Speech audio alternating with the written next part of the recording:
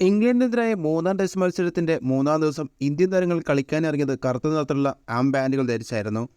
കഴിഞ്ഞ ദിവസം അന്തരിച്ച മുൻ ഇന്ത്യൻ ക്യാപ്റ്റൻ ദത്താജി റാവു ഗെയ്ക്വാദിനുള്ള ഓർമ്മയായിട്ടാണ് ഇന്ത്യൻ താരങ്ങളെല്ലാം കയ്യിൽ ആം ബാൻഡും ധരിച്ച് സ്റ്റേഡിയത്തിലെത്തിയത്. ഇത് സംബന്ധിച്ച് BCCI പ്രസ്താവനയും പുറത്തിറക്കി. അതേസമയം മത്സരത്തിലെ മൂന്നാം ദിവസം മാത്രം താരങ്ങൾ കറുത്ത ആം ബാൻഡ് ധരിച്ചത് ശരിയായില്ലെന്ന് മുൻ ഇന്ത്യൻ താരം സുനിൽ ഗവാസ്കർ പ്രതികരിച്ചു. മത്സരത്തിന്റെ ആദ്യ ദിവസം മുതൽ തന്നെ ഇന്ത്യൻ താരങ്ങൾ ഇങ്ങനെ ചെയ്യണമായിരുന്നു എന്നാണ് സുനിൽ ഗവാസ്കറിന്റെ നിലപാട്. ഇന്ത്യയിലെ ഏറ്റവും പ്രായം കൂടിയ ടെസ്റ്റ് ക്രിക്കറ്റർ എന്ന ബഹുമതിക്ക് ഉടമയെന്ന ദത്താജി റാവു ഗെയ്ക്വാദ് 95 വയസ്സാണ് അന്തരിച്ചത്. 1952-61 കാലത്ത് ഇന്ത്യയ്ക്കായി 11 ടെസ്റ്റുകൾ കളിച്ച അദ്ദേഹം 1959 ഇംഗ്ലണ്ട് പര്യടനത്തിലെ ഇന്ത്യയുടെ ക്യാപ്റ്റനായിരുന്നു. 1961 ചെന്നൈയിൽ പാകിസ്ഥാനെതിരെയായിരുന്നു അവസാന രാജ്യാന്തര മത്സരം.